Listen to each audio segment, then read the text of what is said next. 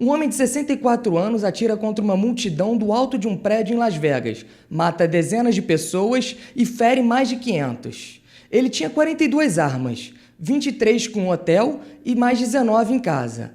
Esse episódio recente desperta uma discussão sobre o porte e compra de armas, direitos garantidos por lei nos Estados Unidos.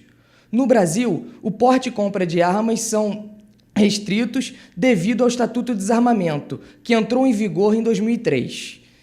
Recentemente, no Senado, pressões da chamada bancada da bala põem em risco essa legislação.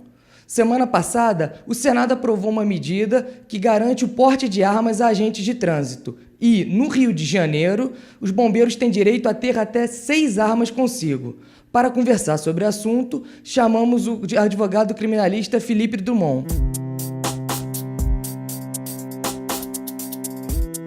Há uma certa divergência sobre isso, né? Existem institutos e estudiosos que defendem veementemente a ideia de que se revogar, existe um projeto de lei que está em andamento, o projeto 3722 na Câmara, que se for revogado o Estatuto de Desarmamento, se regulando nesses termos que eu acabei de dizer, não é? Se regulando a posse e o porte de armas de uma maneira um pouco mais concessiva para a população, alguns dizem que isso certamente iria incrementar a quantidade de violência na sociedade ou o número de homicídios. Essa me parece ser uma análise que não necessariamente é verdadeira. Veja, eu tenho dados aqui, trouxe até alguns dados, que, baseado no mapa da violência do Ministério da Justiça, nós temos dados ali dos 9 anos anteriores à implementação do Estatuto de Desarmamento e dos 9 anos posteriores. Nos 9 anos anteriores, nós tivemos 395.435 homicídios no total.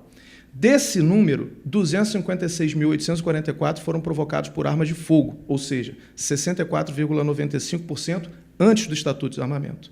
Veio o Estatuto de Desarmamento. Nos 9 anos posteriores, nós tivemos um número maior de homicídios. Também tivemos um aumento populacional. Nós passamos a ter 455.146 homicídios.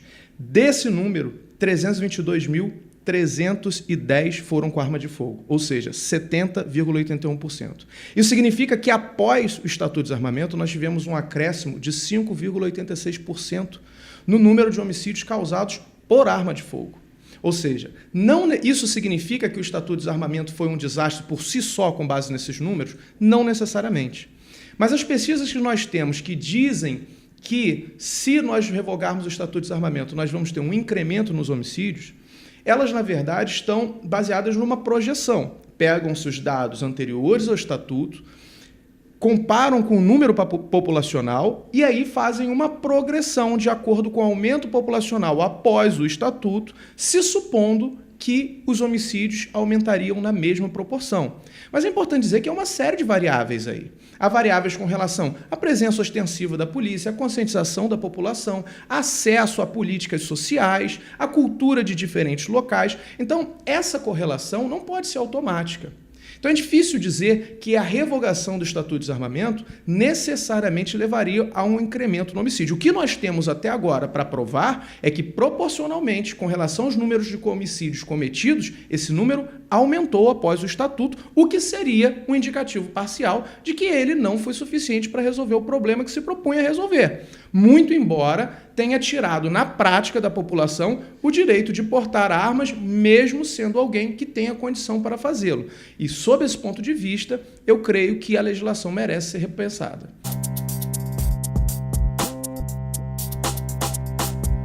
É importante dizer que os agentes de segurança pública não têm um direito a usar arma de fogo de maneira diversa do cidadão.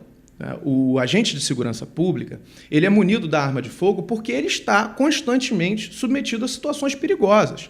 E essas situações, em algum momento, podem dar aso à necessidade dele usar arma de fogo para se defender, para defender a terceiros ou para fazer cumprir a lei. Né? Um policial não tem o direito de usar arma de fogo simplesmente porque é policial. Se ele assim o fizer, fora dessas condições que eu mencionei, ele vai estar usando a arma de fogo de uma maneira abusiva. E o agente de trânsito, em algumas situações, pode estar submetido. Essa foi uma questão de opção política, não é? que se imaginou, de alguma maneira, que os agentes de trânsito, nas suas blitz ou abordagens, estariam vulneráveis a esse tipo de situação. Agora, é preciso que se dê a eles o treinamento adequado.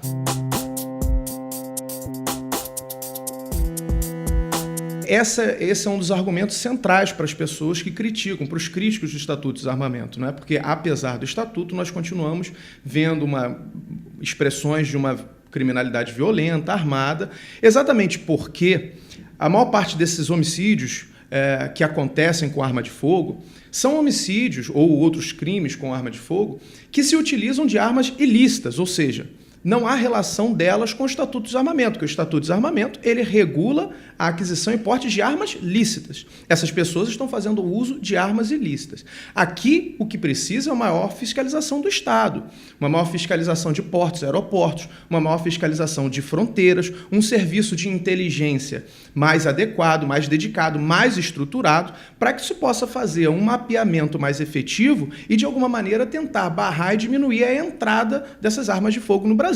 Então, é preciso um serviço de inteligência mais apurado, mais estruturado, mais aparelhado e uma fiscalização maior. Porque senão nós vamos continuar a fazer o que é uma cultura no Brasil. Quando nós temos um problema de violência, um problema de segurança pública, o Congresso Nacional, ou o Senado, ou o Poder Executivo, tem uma ideia de uma iniciativa de legislação, como se simplesmente adotar uma nova lei, criminalizar uma nova conduta, endurecer uma pena, fosse resolver os problemas da sociedade. Agora nós temos aí um projeto de lei para tornar o crime de porte de armas de calibre restrito, como fuzis, pistolas 9mm, etc., um crime hediondo. Ora, será mesmo que isso vai ter reflexo na sociedade? Por conta agora desses episódios na Rocinha, será mesmo que aquelas pessoas que estão portando fuzis na Rocinha vão dizer não, agora isso é um crime hediondo, não vou mais portar fuzil? Quer dizer, isso é uma ilusão. Parece que se está jogando para a população e vendendo-se uma falsa ideia de que se está fazendo alguma coisa, quando não se está. De repente, nós corremos o risco, na verdade, de produzir mais injustiça. Nós precisamos de uma fiscalização melhor para que essas armas não entrem. Se elas não entrarem, elas não vão estar disponíveis para a criminalidade ter acesso a ela. Então, esse me parece ser o ponto mais importante. Obrigado, Felipe. Rafael Abduche para a TV PUC Rio.